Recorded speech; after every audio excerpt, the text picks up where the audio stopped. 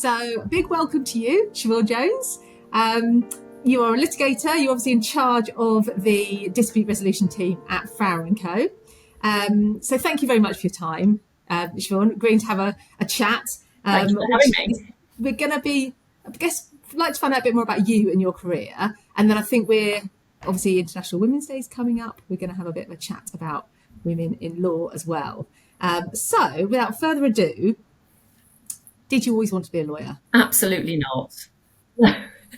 Of course not. No, I didn't actually. When I was at school thinking about careers, it was all about music. I wanted to be a musician. I used to play in orchestras, and I was really interested in furthering that. So I made applications to music colleges. I was very excited about that. I was still quite interested in the academic side of things. So fair to say I did also look at other courses at universities. And when the crunch time came to choose, I opted to go to university to read law instead of doing music. I just thought that would be the better way to go, and that I would keep my music as a hobby and look at something else with a little bit more academic input. So no, certainly not law first. Have you kept it on the side, Siobhan? I've kept it on the side to a degree, and I think, we'll talk a lot about balancing interests and life generally. There's been times in my life where I've been able to do a lot more music, and there's been times where I haven't been able to do any at all. So it ebb and flows over time, I suppose. So your career looks, I guess from an outside perspective, it looks like you've had a fairly sort of, linear career of getting into law, becoming a partner, 2011, I believe, at a different firm to your firm, and then joining your firm over a decade ago to then set up a team. Do you think, has it been very linear for you? Have there been sort of speed bumps along the way, or not particularly? Not particularly, no. Once I sort of decided to head off to university, and I picked a law degree at university, I then was incredibly interested in it, and I just went forward and forward. So no, actually, after that, I followed quite a well-trodden path in terms of going through to do what was then the LPC, and then look for a training contract and to qualify. So apart from a good sort of 9 months out, when I was a little more junior to go travelling for a while, took a bit of a sabbatical then, I followed a very, very career trajectory when it comes to my career. And you also picked property disputes is your area. Was that sort of very sort of obvious to you, or did you think about other areas to qualify into? Again, no, it wasn't actually. I think at the time I was looking for a trainee role.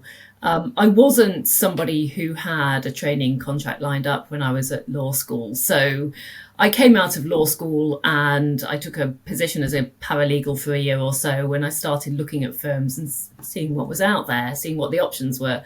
And I came across a firm that was a boutique practice in the city. It only did property litigation. And I went to see them, and I really liked the people there. It was such a small environment. There's only two partners, just one other solicitor and another trainee at the time. And I joined them, and I was there for 8 years. In fact, the team are still friends of mine to this day. Amazing. So then you joined another firm, you got made up there, but then you made the move across to Farrers. Was that, why did you make that move, and what was the sort of, what was the reasoning behind choosing to do something slightly different? It was the opportunity. It was exciting. It was one of those opportunities that come around where you're not moving because there's a push, but there was something rather more of a pull. There was an opportunity to to grow, to set up and grow a new team somewhere else, and to do that at Farrow and Co, which had such a great reputation. And it took a long time for me to think about that. I met lots of people at Farrow's and had discussions with the property team, with the disputes team, and that really then galvanised a view as to that being the next home for me. And that is now where I've been for over 10 years, as you say. And the first 5 years was doing property disputes. Yep. Before you've taken on now, then you took on a bigger role. I was going to ask you, what was the sort of, why did you decide to take on that sort of bigger management role? Because life's busy, right? I'm sure you're sort of, work's busy, grown a good team already. What was this, what spurred you on to think, actually, next step is management? Well, I suppose it was quite organic in a way. There's a little element, as in so many things in life, of being in the right place at the right time. I'd really enjoyed the 5 years sort of starting to grow that property disputes team, and that was going really, really well. And I still continue with that. But I like the people aspect of management. I really have enjoyed helping others develop their practices, develop their careers. And when the role came up and I was lucky enough to be offered that position, I didn't hesitate. I just jumped straight in. It's always a, ooh, am I going to be able to do this? Is it something I can manage? There's something of a bit of paddling going on beneath the surface sometimes. But I've always backed myself to do it and to do a good job. So I've been in that role now for 5 years. I've loved every minute of it. Obviously born to do it, Siobhan. That's obviously, that. So obviously you like the dealing with the people and seeing them grow. What have you found more tricky about the role? I think as you get more senior in your career, you have more demands on your time. It's not just the work-life balance, it's the different competing elements of your professional life as well. As a partner, you are responsible for the client work and for overseeing that work. You're responsible for developing new business and growing the client base in that way. Adding management into that as well just is another pull on your time. So, there is a sort of challenge around that. Perhaps, the way to deal with it is super organisation, if that's possible. And I suppose that was one of my questions, because obviously you are also a fee earner. You're a fee earning partner as well. You're not just doing management. There's some obviously roles that involve management that are very much just with a focus on management, but you still do everything else as well. Absolutely, and that's what I love about it. I like every element of that side of my world. That the challenges that brings are certainly worth it to be able to juggle them all. You must have brilliant support behind you as well, around you. Absolutely. I mean, it's the team. All elements of the team work so well together. We've got a cracking group of people, a lovely group of partners as well in the disputes team, all who take on responsibility for various roles. And the associates are just phenomenal. So, in fact, with a team like that, it does make the job a little easier. But yes, it's all part and parcel of the role.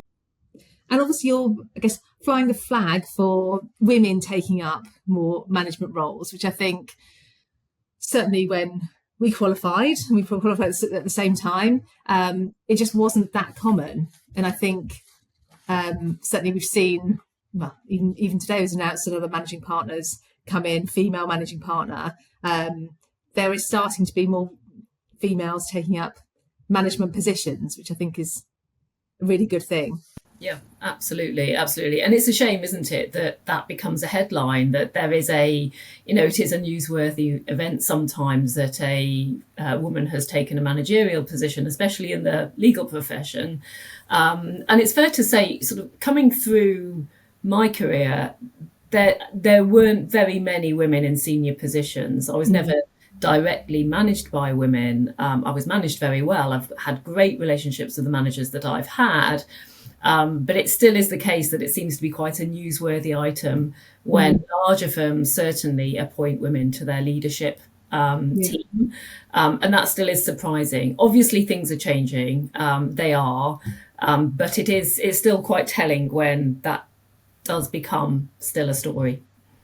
And do you think female lawyers face different challenges? I think they do inevitably because we still look at the stats.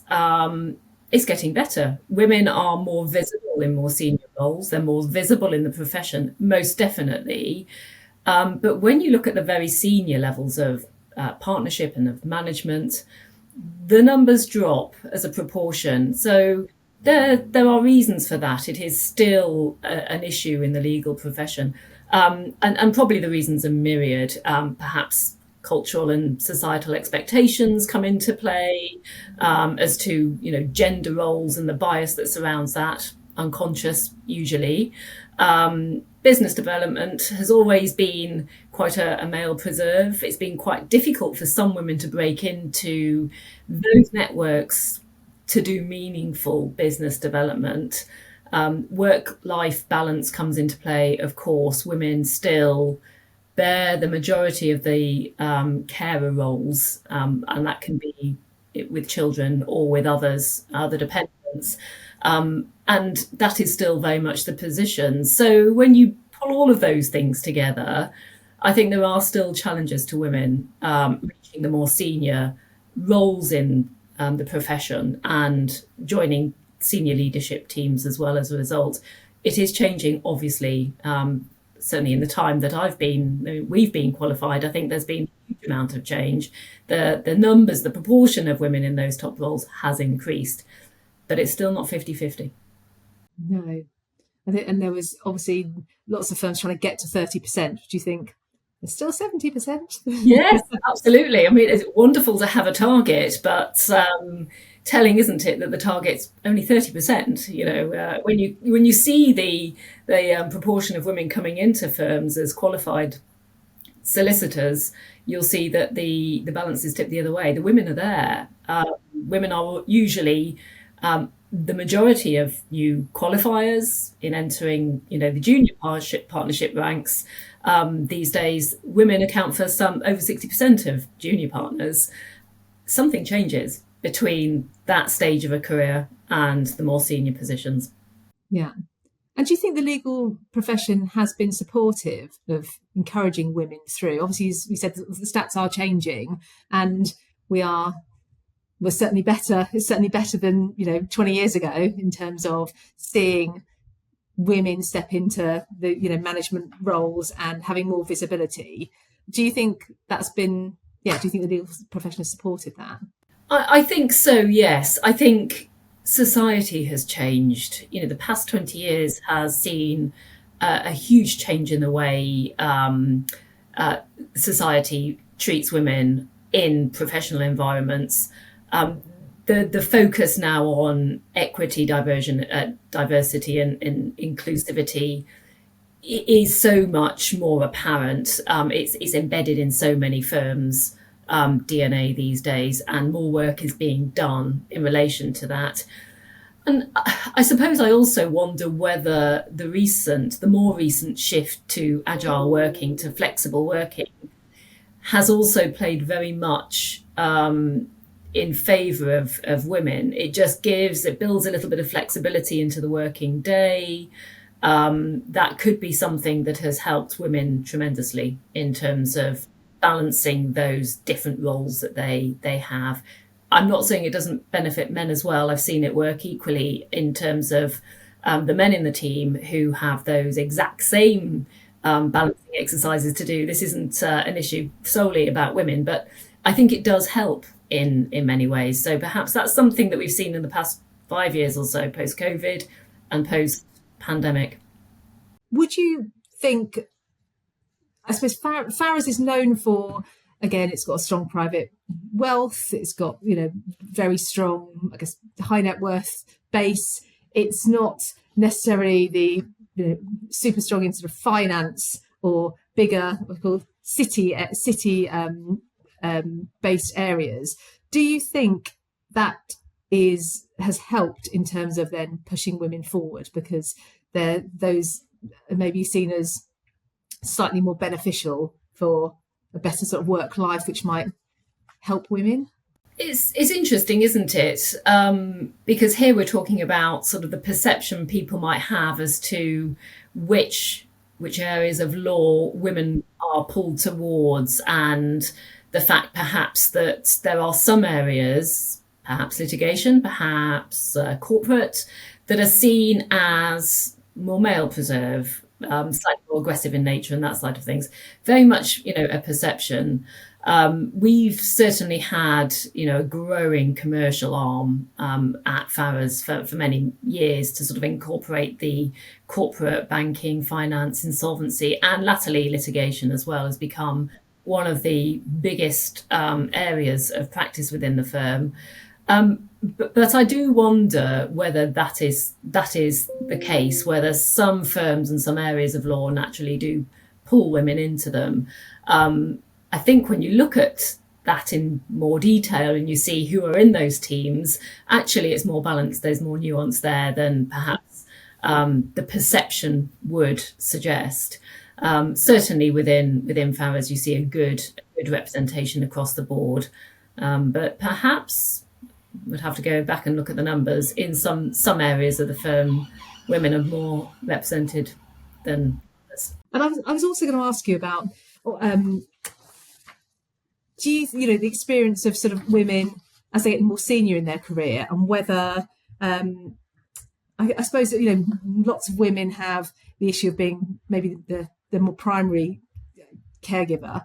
I think particularly of generation, I suppose, sort of 40s upwards. I think it's changing with other parental leave and other actually the societal expectations being that there is more balance maybe in terms of that sort of caregiving aspect.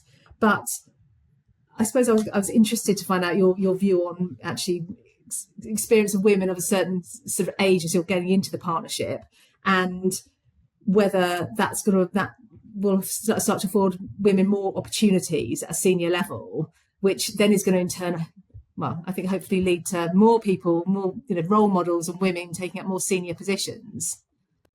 Yes, and I think that's sort of always goes to the heart of those coming into the profession, seeing themselves represented in those higher positions. Certainly when I joined, I didn't see myself represented. The more senior end of the firm, the leadership teams were usually very much comprised of men. So but that is changing. There are more women in those roles now. So more women are coming through. But it is interesting, isn't it? Because I think, there's perhaps the squeeze at that point in a career where women are looking at partnership and making that transition into partnership roles, perhaps. And then there's sort of as you say, the post 40 years. And you do wonder how, women are perceived at that age. Certainly for men, that seems to follow with it a perception of gravitas and experience, and that's to be very much welcomed, and it's seen as a benefit. I do sometimes wonder whether women haven't had the benefit of that perception all through the sort of time. Again, I think that is changing when we're seeing more women in the leadership roles at firms, and at Farrers we're lucky enough to do that, both on the management board and our previous senior partner was a woman. So we do see ourselves there, and we do see how possible it is. But it is an interesting question as to how women are perceived at that age as opposed to their male counterparts. I guess, exactly. Particularly as if you have had maybe those responsibilities and you've taken a steadier career and haven't pushed yourself forward for that, is it viable? Is it that you can suddenly say, well, actually, now I haven't got those responsibilities. This is now what I'm going to focus on. And without having, as you say, been seen to have done that for those years, is it feasible and possible? Indeed. And that's something that firms have to grapple with. There needs to be a recognition that women coming back into the workplace are an amazingly valuable resource, and there ought to be a route that can be followed, which will lead to those leadership positions, will lead to the senior roles in a firm. In some ways, the same is the case for men when their child rearing perhaps is an equal task these days. But I think where women are concerned, that's where flexibility may well be beneficial. It may allow a way of working that will enable women to come back into work and still be able to perform in the way that they would like to in order to reach those goals. Is there anything you would have done differently looking back on? You've obviously risen all the way up and now you're sort of management. Is there anything actually you would have done differently along the way? No, I don't think there is. I don't think there is. My own sort of progression certainly wasn't particularly fast. It perhaps took me longer than some to reach the more senior positions. But no, I don't think I would do anything any differently. I think given my time, I'd do the same again. You've done pretty well, Siobhan. And what is the best piece of career advice you've received, and who from? Well, that's an interesting one. I can't point to any single piece of advice that was given to me directly. I do remember many, many years ago, probably a good 15 years ago, when I was, before I was a partner, going along to a panel presentation given by women who had roles in city firms. And I remember one of their number, a relatively quiet and very calm presence on the panel.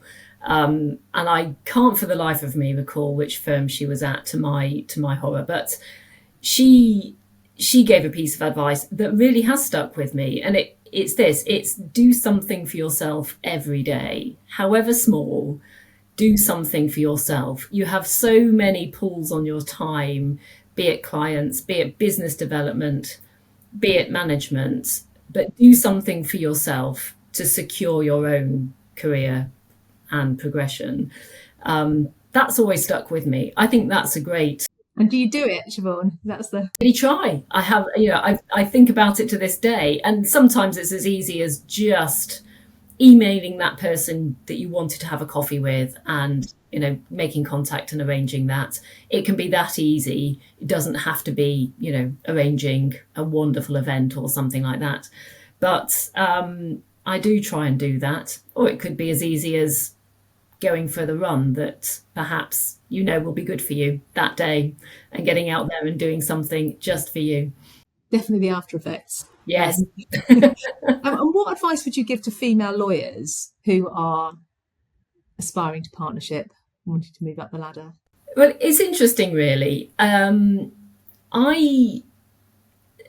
terms of the management role that I hold, I'm helping career progression of the juniors in the team regularly, and talking to them about that quite regularly. And actually, I find myself not giving any different advice to the women than I do to the men. I think perhaps that's a good sign. Perhaps that means that within the team, within the firm, we do have that sort of bedrock of equality that enables me to do that, and I really don't. So I don't in practice sort of give any different. I mean, I suppose my advice is to be prepared to work hard and to really build as much resilience as you can into your practice, and set boundaries and guard those boundaries as well. I think that sometimes can be one of the best pieces of advice to give to anybody coming up through this career. Particularly it's such a demanding profession, with you at the beck and call of clients at the end of the day. Totally. And boundaries and expectation management is key to making sure that doesn't overwhelm you and that doesn't seep into every aspect of your life. There's no getting around the fact that there will be days, there will be times where, those long days will need to be done. There's no way around that. That's part and parcel of what we sign up for when we take this role. But that doesn't have to be every single day, 365 days a year. So I'm very keen to make sure that people understand that and do think about boundaries. Yeah. Men and women the same, exactly as you say. Absolutely the same. But with a focus, I suppose, on the next generation of women in law, have you learned anything particularly about sort of leadership and career progression that you want to pass on? Well, I think I mentioned earlier, I didn't have a female manager at all in my career. I didn't ever have that. But what I did have was a great deal of support from other women in the profession, be it other solicitors in other firms, be it barristers, be it women in professions closely aligned with what I do. And I've found those joyful, and I've really nurtured those connections whenever I can and built friendships around them. And I don't mean that necessarily just as good business development. It's gone beyond that. I think the ability to talk frankly to other women in the profession and for them to be very frank with you is a joy. It's been really helpful. So I think as a start, it's wonderful to look for those connections where you can and build that network, most definitely. And I suppose it's also thinking as well, you are just by doing what you're doing is setting a role model, isn't it, to other people and saying this is possible, it's feasible to be able to do this, which then hopefully inspires other people to think that's feasible and that's achievable to do. Absolutely. And if you've had the benefit of, mentoring or, connections with others, pay it forward when you can. Be mindful of that when the junior generations are coming through. Remember that you were there once and the benefit that you might have had from advice or a connection along the way, and be the person that gives that back a lot, to that generation. I think that's absolutely key. There remains a gap at the top of this profession. It needs to be plugged some way. And I think others can do well to sort of look to see in the environment that they are working within, their firm or wherever that might be, try to look to see why that is and see where the solutions might lie. Be curious about it. That's the way I think we're going to progress even further. And I think that will be the case. Fabulous. Thank you very much, Siobhan. Thanks for the chat today. Hope you have a great International Women's Day. Looking forward to it. Yes, absolutely. Thank you.